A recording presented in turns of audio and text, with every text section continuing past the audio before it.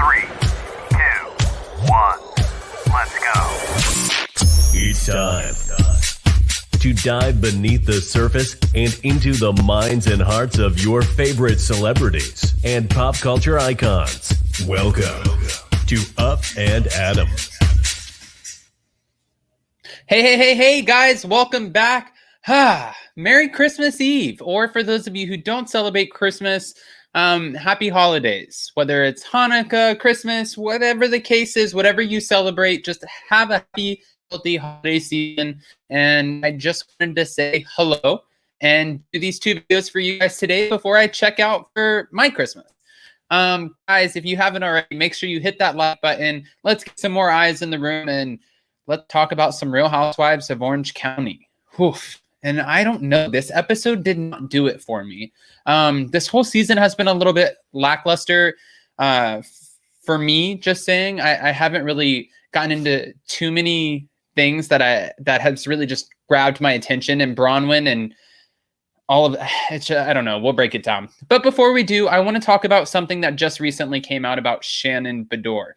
So Shannon Beador just recently had a former makeup artist come out and slam her for her erratic behavior, says that you can't really trust her, that she goes against anybody just for a little bit of fame. And that anybody that he's talking about is Tamra Judge.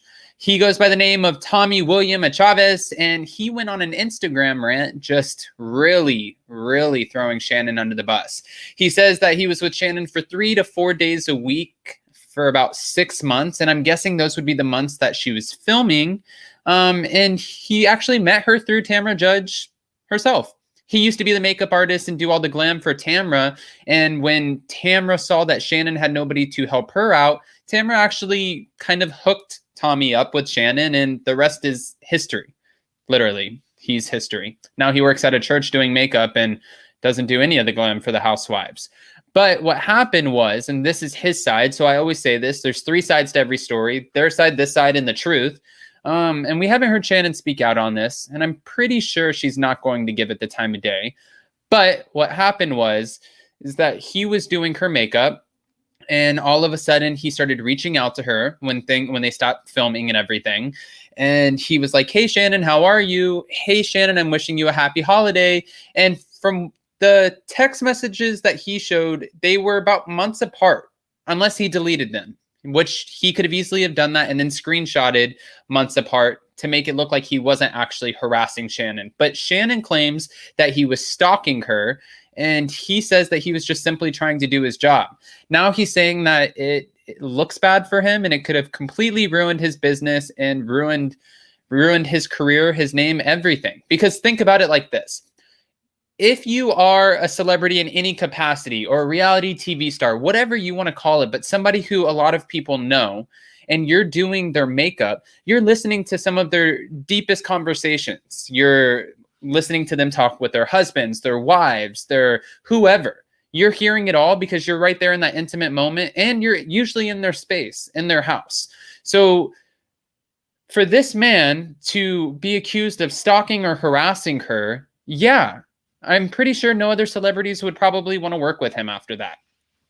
You know, he did also go on to say that one day she asked for a ride to her boyfriend's house, and she was sitting there mocking the fact that he drives a POS piece of Honda. Just to be fair, guys, I drove a POS Honda. I mean, it's not even a POS. The Hondas are good cars. What do you mean?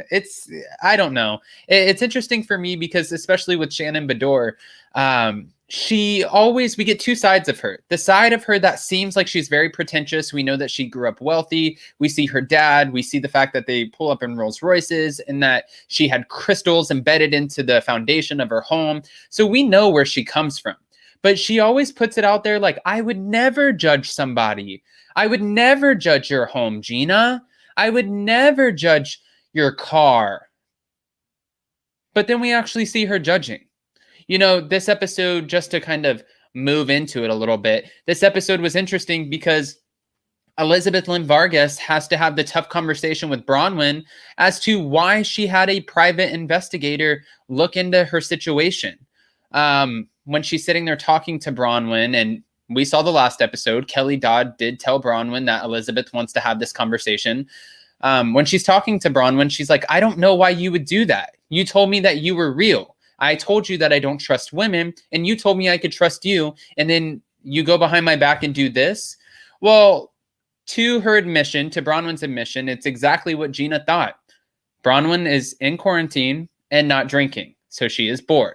And with being bored, she has a lot of time on her hands, nothing to do, so she ended up kind of doing a little bit of digging on Elizabeth's situation.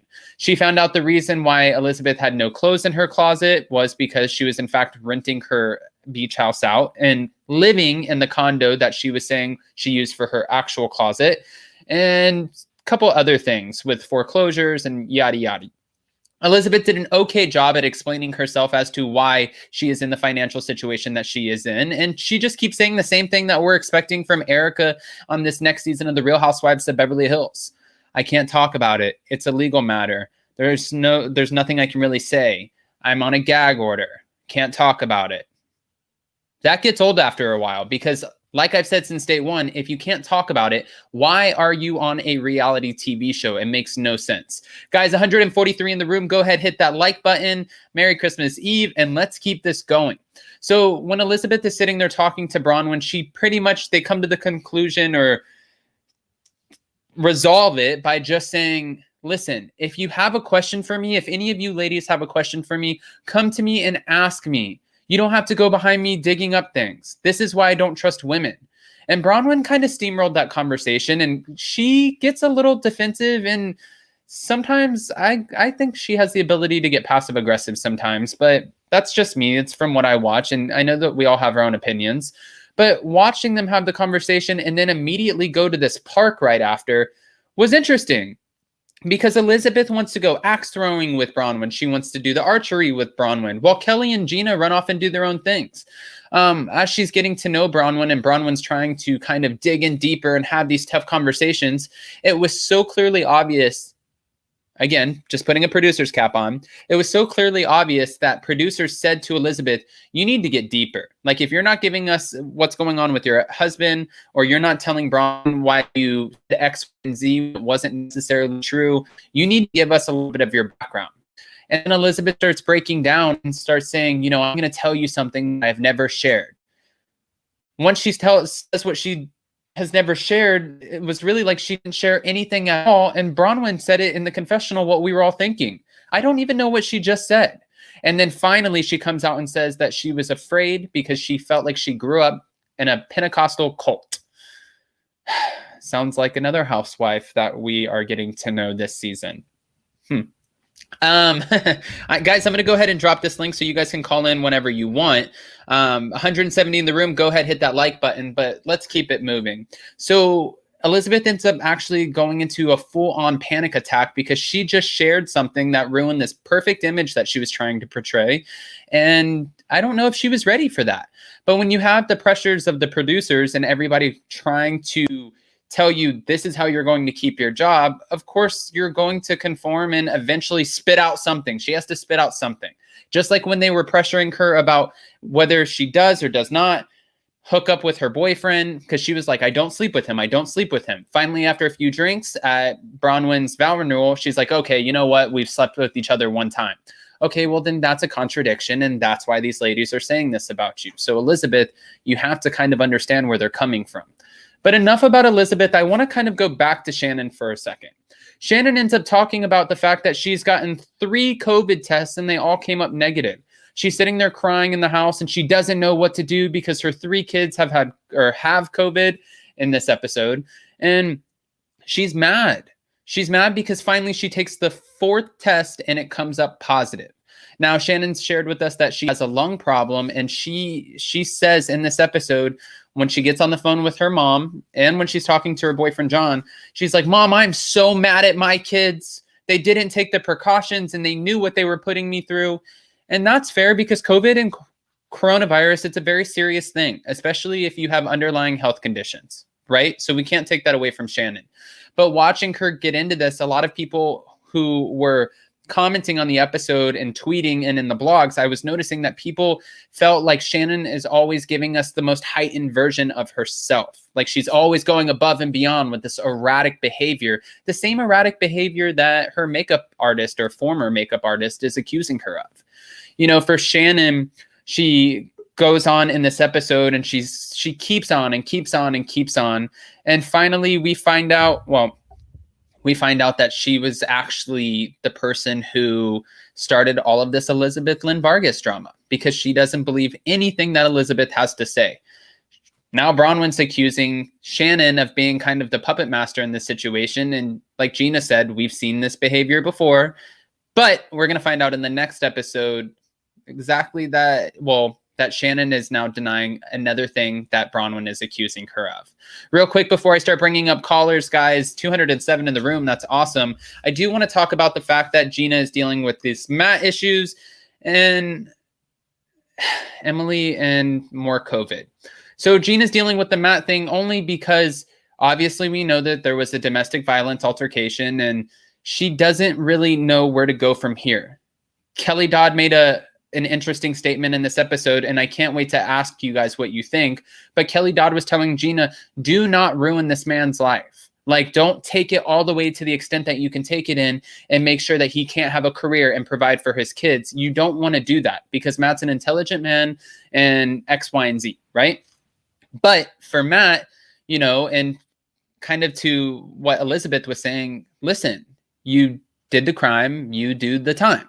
You put your hands on this woman, you scared her, and you put her through this traumatizing kind of situation. Now Gina shouldn't feel bad for whatever the DA's decision is when it comes to prosecuting Matt.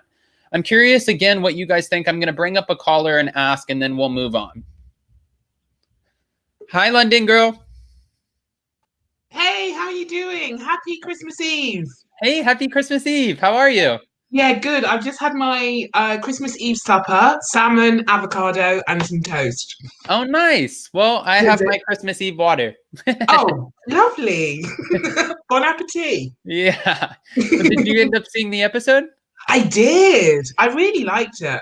I mean, because I haven't seen it for a couple of weeks, so I caught up, and I agree with a lot of what you're saying about this episode. I'm really loving Gina because she keeps coming out as the voice of reason with some of her statements that she makes about the other housewives. Right.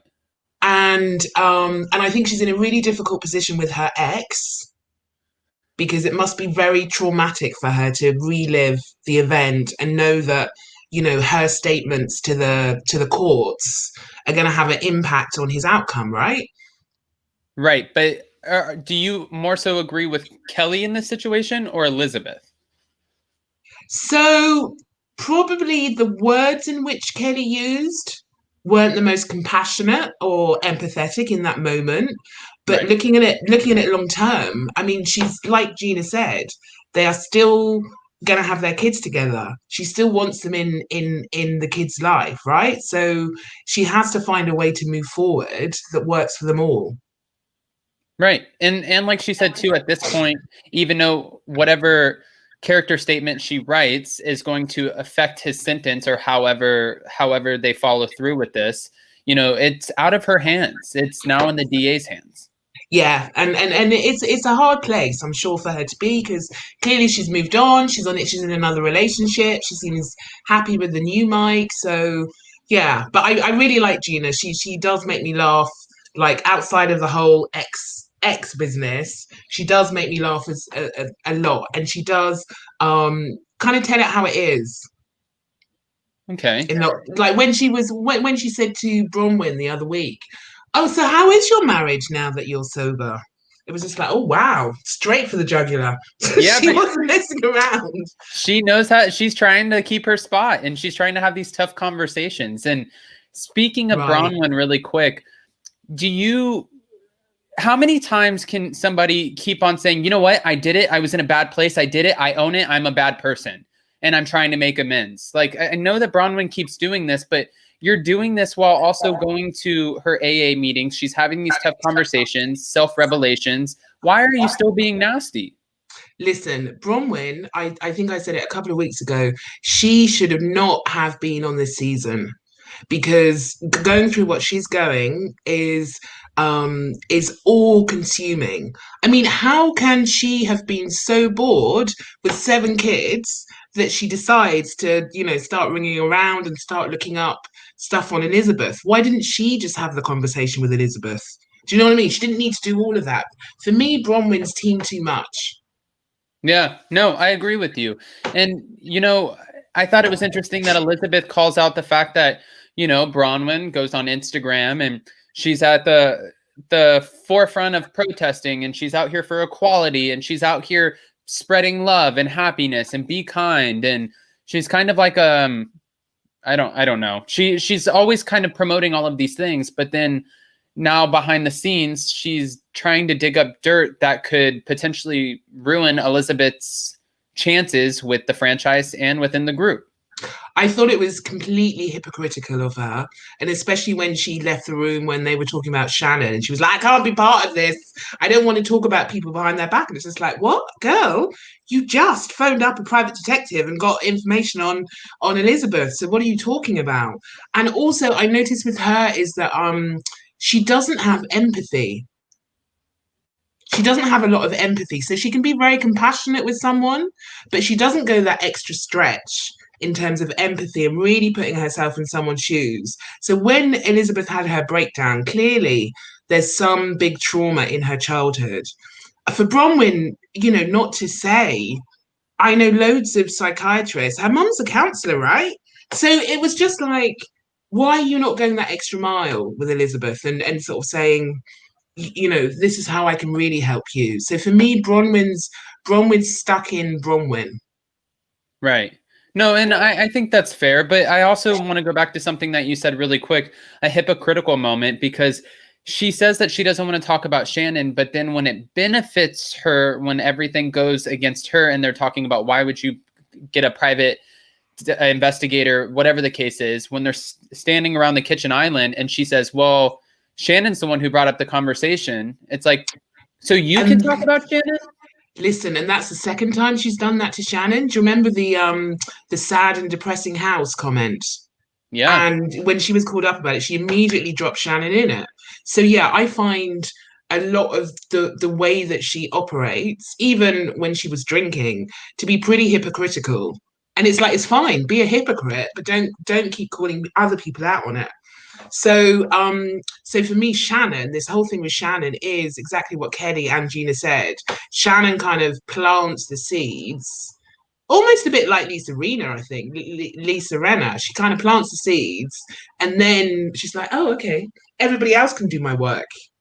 Do you know what I mean with Shannon in terms of how she just said to Bronwyn, "Oh no, you need to look up what's going on with Elizabeth.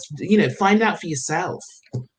Right. And see, that's the thing too, don't think, I find a lot of Bronwyn's behavior to be hypocritical, yes, but in the moment where she's calling out Shannon on these things, like the small, depressing, or sad, depressing house, and then also kind of pushing her to look up Elizabeth's situation, Shannon, I don't think that makes Shannon less guilty. I think that Shannon is still very much so guilty of continuously trying to tear some of the other housewives down. And even absolutely agree. Yeah. Absolutely agree with that. And to be honest, I think the longer she's on the show, what we're getting is more of her. So where she started and she was hippie trippy and light and going to all these alternative things, what we've got now is a the result of her divorce, which clearly she's still affected by, but also this is Shannon. She's a spoiled woman. Like listening to her talk to her kids was just like, oh my God, okay. Yeah, when her kids are also sitting in the room with COVID. Yeah, exactly. And mistakes happen. I mean, we've just gone into tier 4 in England because the whole country has, because there's a really, really, really infectious strain. So without doing like test and trace, nobody really knows where Shannon got infected by. Yes, it's likely it could be her kids, but it could have been in the supermarket. It could have been other places. It's a very easy spreader, COVID. You have camera people coming in and out of your house. You have Yeah. production. You have, I mean, yeah, there's a lot of different things, especially if the camera people are testing negative. They could be testing negative, but a day later be testing positive because something didn't necessarily show up. Just like Well, John. this is it. This is it. So a lot of people are asystematic, is that the word? For a long time, where it just lies in your system. You don't know you have it. And then you can still spread it on and the next person can have a positive result. So Right. yeah, with Shannon, I just feel like 4 years on or 5 years on, this is her true self that we're seeing. Okay. And I actually, I mean, I agree with that.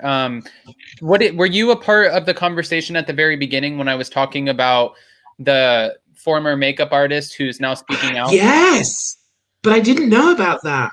Yeah, so he went to Instagram and he used to be Tamra Judge's makeup artist. And one day when they were filming, Shannon didn't have somebody to glam her up. So Tamra hooked him up with Shannon. And he said that he was there for a lot of the moments where they would call, they would talk on the phone, and they would constantly need each other to lean on for filming. But then he was also there when Shannon jumped on the phone with the producer, throwing Tamra under the bus. He said that she'll do anything for fame.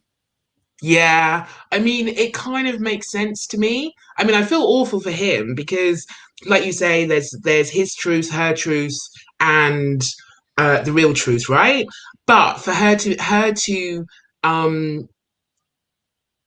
for him to be in that situation, something big must have gone on with Shannon for her to have left. Because what did you say that she did? She just didn't continue using him when filming restarted. Yeah, Or did she fire him?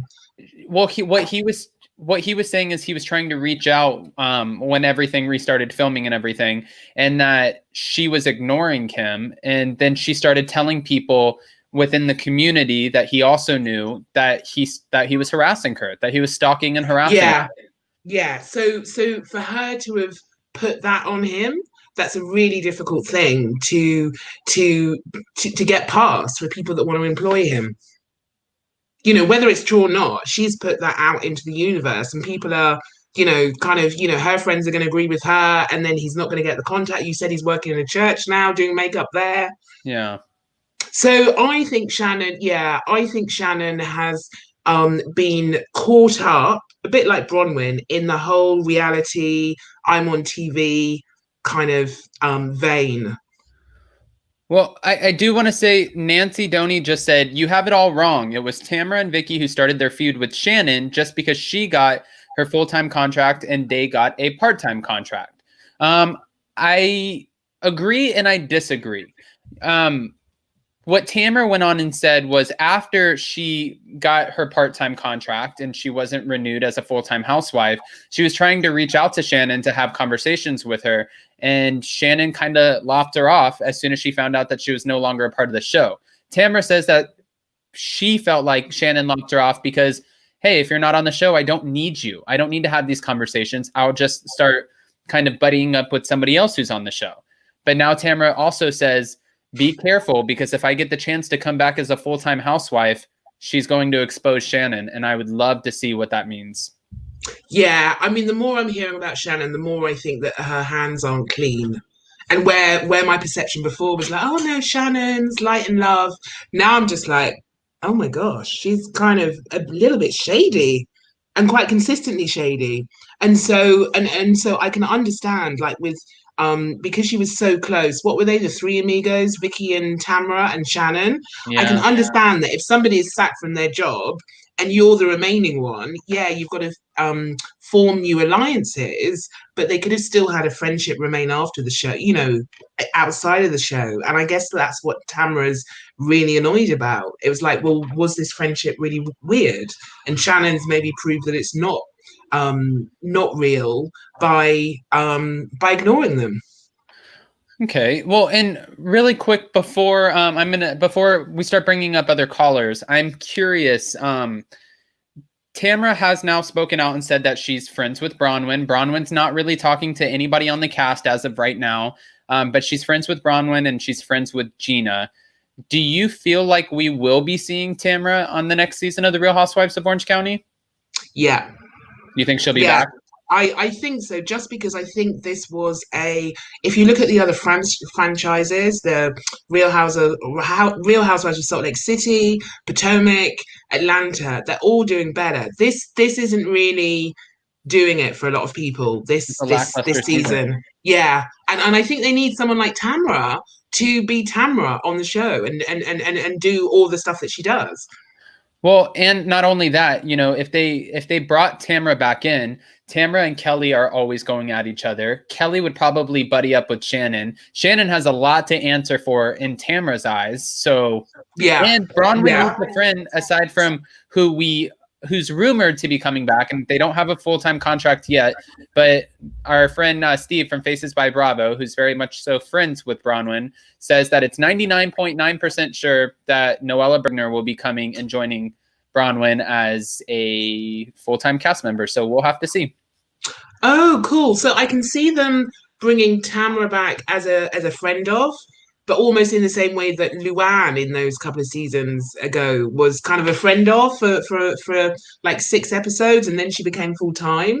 Or did she spend a whole season being friend of? There was one season that Luann got demoted in New York, and she wasn't a full time housewife. I think she had like a. Go on. Oh no, I was just gonna say I don't think Tamra would. They would have to give her the orange, or I don't think she would come back. Oh, okay. Okay. I think she's too kind of stubborn in her way of like, listen, especially after watching this lackluster season, Tamra's like, no, get me my orange back. Tamra does know how to be a housewife for reality TV. She definitely brings it. She's not my favorite at all, but I get that she brings a dynamism, a dynamic atmosphere that we haven't experienced on this show this season. And she wears her producer cap when she comes on. She knows exactly what they're looking for. She knows where the storylines, how they're going to be edited. She knows what she's doing. Yeah, exactly. Yeah. I would agree, because of the it's never been a favorite of mine, Orange County, but this season has just been a bit like, okay, catch it if I, doing the hoovering, or do you know what I mean? It hasn't been a must watch. Right. Okay. No, that's fair. Well, London Girl, I appreciate you jumping on with me. If you're going to be around in about 30 minutes, we're going to be going live with Jason talking about Real Housewives of Salt Lake City, and I would love for you to call back in and talk to both of us. Thank you so much. I just caught up on that, so I'll see you later. All right. See you in a little bit. Thank you. Bye. Bye. All right, guys, I'm going to go ahead and bring up another caller, 350 in the room. Go ahead, hit that like button. Let's see if we can hit 400 for Merry Christmas Eve. Jason calls it Christmas Eve. I don't know what he calls it. He calls it something. But hi, Dana. Hey, how are you? Good. Good morning. Happy holidays. Merry Christmas Eve. Thank you. Are you feeling better? Not really. I'm sorry. It's okay. I'm sitting here. I have these box lights, and Jason he tries to convince me. He's like, they don't emit heat, and I'm like, really? Because my head is on fire. But it's okay. Well, I am not happy with this episode. I'm not happy with the people. BRAUNWYN getting sober, she's not very likable. No. Her main streak has come out in her soberhood. I agree with you. I feel like with BRAUNWYN, when they were talking about her going out in the streets and stuff, the photos are obviously, posed. She has someone taking the photos for her. Well, just like her and her new girlfriend, Chris, that was obviously posed. Yeah. And then, I recently saw a video of her daughter crying and talking about when she went into the facility for anorexia. Yeah. Did you see that? Yeah. Rowan. Yeah. And I believed what she said. And I thought to myself, oftentimes, especially because I've been around some more famous people or people that had a lot of money, and I have noticed the behaviors and how they switch for certain populations of people they're around. Not all of them, but, adults in those populations particularly, you see what they want you to see. You do. They're staged and prepared, and you see what they want you to see. Right. Well, Go ahead. No, I was just gonna say for Bronwyn, it seems like she's trying to give us depth in order to secure her spot on the show, and she wants us to go on this kind of sobriety journey with her. And she's battling with, does she want to be with a man or with a woman? Who's her true, authentic self? But at the same time, a lot of people and the viewers feel like there's so many inconsistencies with her storylines and so many versions of her that are inauthentic. I mean, she should have just locked it down and got sober and not tried to find some significant other. She should have just focused on family and got sober, period. Right. And she's lashing out in the OC, the Housewives of the OC, left and right, just lashing out at all the women and taking stuff out on them unnecessarily. Just like with Elizabeth. What was the whole point in that? Elizabeth didn't do anything to her. That's craziness. And whether Shannon planted a bug or not, Bronwyn's a grown woman. All those women are grown women. And I'm not saying Shannon is the puppet master in it, that she needs to take responsibility because she's running the show there. But that being said, these women are in charge of their own faculties. They don't have to carry it out. Right. Well, no, and I would understand if it was drunk Bronwyn carrying it out, who's not all there, but sober Bronwyn carrying it out. You know exactly what you're doing. And that's why I was saying you can't just keep lashing out or doing these nasty things and then just being like, you know what, I'm sorry, I was an a-hole. And it's like, okay, now, you're hitting your husband, you're bringing up Elizabeth's stuff, you're kind of going in on Shannon and exposing her for calling Gina's place sad and depressing. She's having these moments where she's just, I don't know. I'm struggling with Bronwyn. It's going for a pound of flesh on these people. It's like taking the pain that she may be feeling and wanting to inflict it on other people so they also feel the pain. I don't feel like they teach that in AA. No, they don't teach that in AA. That's a part of her own makeup. That's the shadow side of Bronwyn coming out, people. When she was drunk, all the nice side came out. Right. So this is the ugly side of Bronwyn. And so when, Elizabeth's in the woods and she breaks down and decides to expose that part of herself, I would not have trusted Bronwyn any further than I could have thrown her. And all of that Bronwyn stuff and hugging up on her was not genuine for a millisecond. And I just find it so humorous when we get the housewives in a situation where we know cameras are all on them. It's almost 400 in the room, hit that button, but we know cameras are all on them, and they're just looking around and they're like, it's just you and me here. Like, I won't tell anybody. What? Go ahead. You can trust me. It's like, you can trust me. She just hired a private investigator on you. What are you talking about? You can't trust her. I wanted to peel Bronwyn off of her.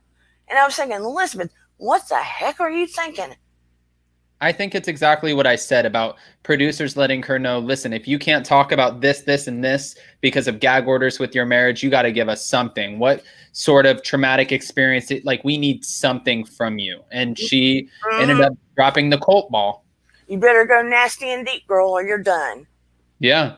Yeah. And for Elizabeth, you can tell. And the one thing that I like that Bronwyn said in this episode was when Bronwyn said, stop trying to blend in with us so much and just start focusing on being yourself. And that's true, because you can tell Elizabeth is kind of like a fangirl who got an orange.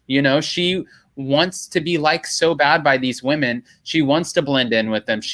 And that doesn't make for a good housewife because she's trying to conform to be likable. What makes for a good housewife is a housewife who comes in and she's like, this is me, take it or leave it, like it or don't. I'm myself. And if you don't like it, my life is fine. I don't need you. So there are other people who do like me, and we'll just figure out how to coexist.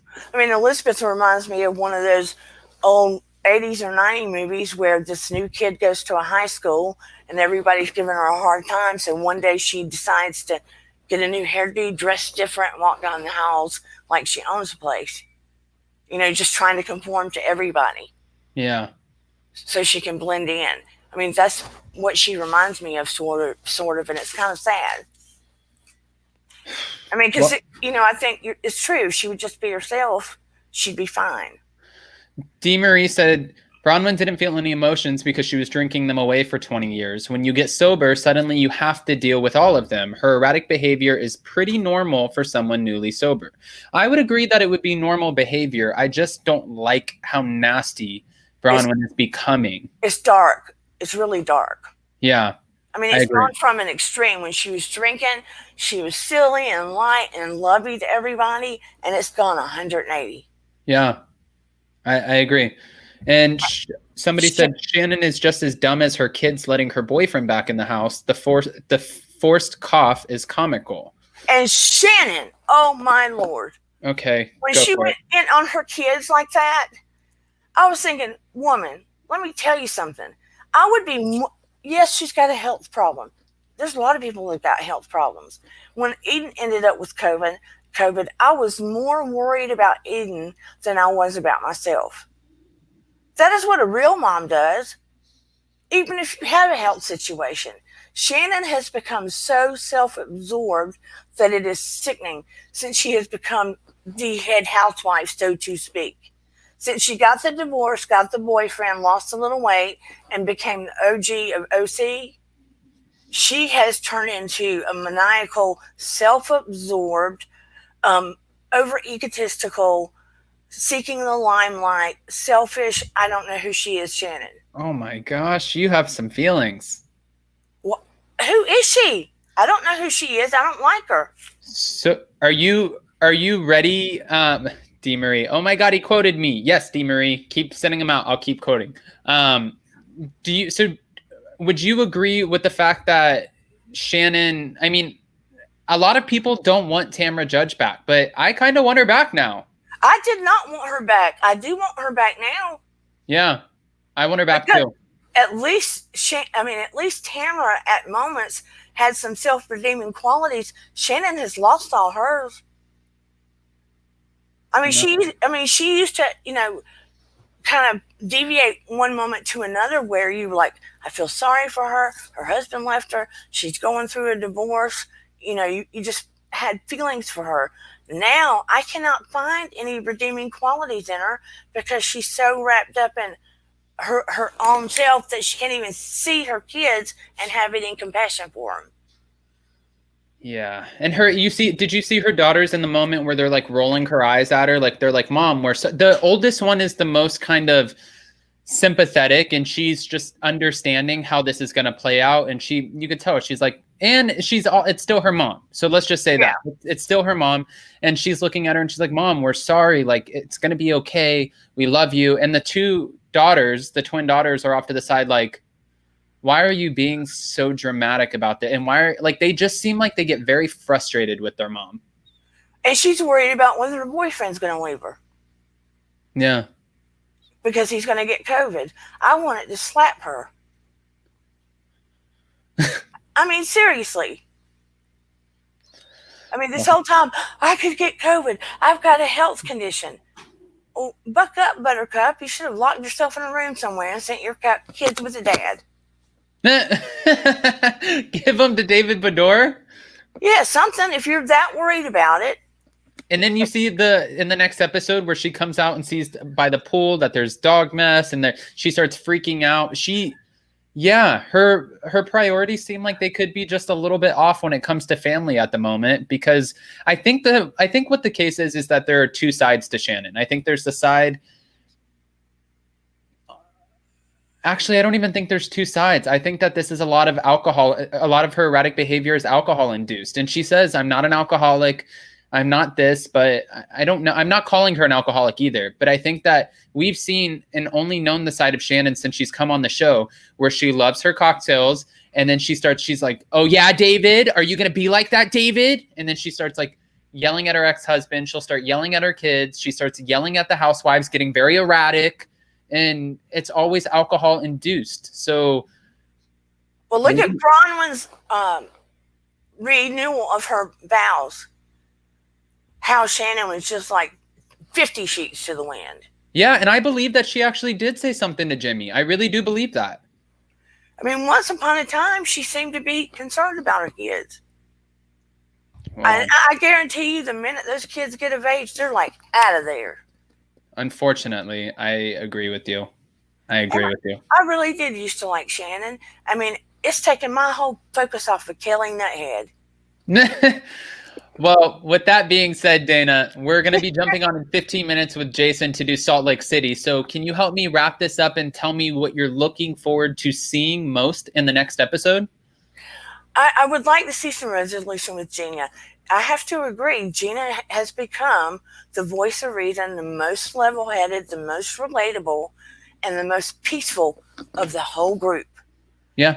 She is the one that I gravitate to when I need to get off the irritation box. Okay. And she has commotion going on, but at least her commotion makes sense. And do you want to see GINA next season or no? Yes, I do want to see GINA next season. I hope they don't kick her off. Okay. I think that we would obviously lose Elizabeth and Emily before we lost GINA, but we'll see. Unfortunately with Emily, even though I do like parts of her, if you think about her whole story, I mean, he couldn't even make it through the third trying to become a lawyer, which is, you think, man, are you just like that dense? I mean, I don't mean to be mean, but I think I could do it the first time. Well, and he also comes from a very wealthy family, so who knows if he's not spoiled in some capacity or why. I mean, I'm sure there's a lot of moving parts as to why he is the kind of smug Shane that he is. And you know, she had COVID and she was having to take care of kids, and I'm thinking, isn't there something they could do? Family they could send I mean, you know. Yeah. She's there with COVID taking care of the kids while he's at the hospital. That just was, you know, it didn't make any sense to me. Did it to you? No, but I guess, you know, what else are they supposed to? I mean, maybe they didn't have an alternative for the kids. Maybe there was nowhere that they could send the kids. I don't know. I don't know. And have you noticed that Kelly has turned the volume down on her insanity lately? I don't know. She had a mask where she's sticking her tongue out and another mask where she looked like Hannibal Lecter. Oh, really? I didn't see that. I thought she turned the volume down lately. Oh, no, I don't think that Kelly Dodd is capable of turning the volume down. But well, bottom line, I'm looking for resolution with GINA, and I'm looking for I want to see BRAUNWYN just cut the hate down. Yeah. No, I agree with you. I want to see. Honestly, I just want to see what happens when Shannon finds out that BRAUNWYN's accusing her of being the puppet master of all this. So. Oh, she'll just be doing that screaming. Yeah, she'll have the erratic behavior and then she'll deflect and say, "No, what are you talking about? It wasn't me. Are you kidding me, BRAUNWYN?" And it's going to be all like that. She won't even be that calm. It'll be that. Ah! Yeah, it's the classic Shannon. When she screams, she feels like maybe she's going to win the argument and that it proves her case, because why would she be this erratic if she was lying, you know? But I think the more erratic she gets, the less truthful she probably is. Thou dost protest too much. Yeah. All right, Dana. Well, if you're around, Jason and I are jumping on in 11 minutes and we're going to be doing the Real Housewives of Salt Lake City. We'd love to have you back. Okie doke. Thanks. All right. Happy holidays. You too. All right. All right, guys, 423 in the room. Thank you guys so much. Everybody hit that like button. We're jumping on in 11 minutes with Jason to talk about the Real Housewives of Salt Lake City. I hope to see you guys there. I've already dropped the link. It's in my community tab. And please go ahead and call in and we'll take some callers together. All right, guys. Happy holidays. See you next time. Bye, guys.